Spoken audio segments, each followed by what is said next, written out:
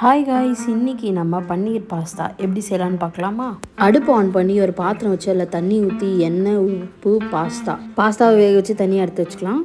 Again அடுப்பு on பண்ணி ஒரு பேன் வச்சு அதில் பட்டர் ஆட் பண்ணி பட்டர் மெல்ட் ஆன உடனே கேப்சிகம், கார்ன், பன்னீர் இது எல்லாத்தையும் நல்லா சாட்டே பண்ணலாம்.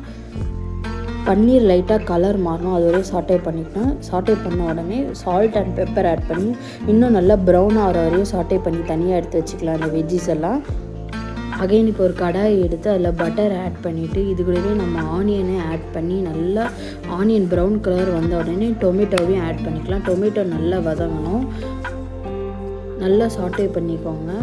இப்போ நம்ம இஞ்சி பூண்டு பேஸ்ட்டையும் ஆட் பண்ணிக்கலாம் ஒரு ஸ்பூனு.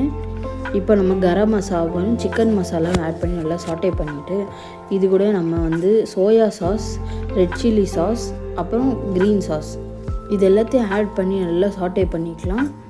வதக்கி வச்சு அந்த பன்னீர், கேப்சிகம், கார்ன் இதையும் ஆட் பண்ணிவிட்டு இப்போ நம்ம வேக வச்சு வச்சுருந்த பாஸ்தாவையும் ஆட் பண்ணி கீழே இருந்து மசாலாவை நல்லா பரட்டி எடுத்துக்கலாம். அவ்வளோதாங்க, நம்மளோட பன்னீர் பாஸ்தா ரெடி ஆகிடுச்சு. நீங்களும் வீட்டில் ட்ரை பண்ணி பார்த்துட்டு எப்படி இருக்குதுன்னு கமெண்ட் பண்ணுங்கள். இது மேலே நான் கொஞ்சோண்டு சீஸ் ஆட் பண்ணி சாப்பிட்டேன், சூப்பராக இருக்குது.